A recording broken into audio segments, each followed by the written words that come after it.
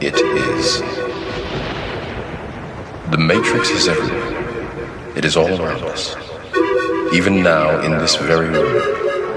You can see it when you look out your window or when you turn on your television.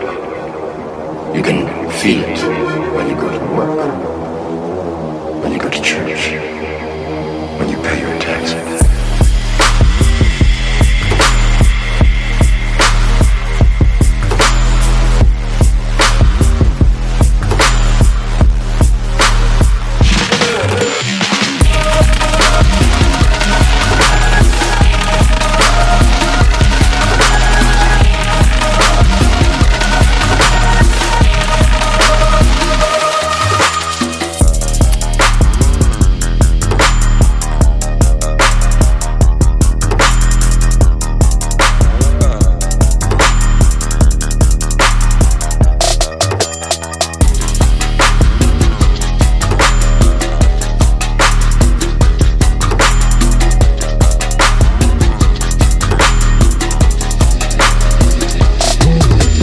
It is the world that has been pulled over your eyes to blind you from the truth.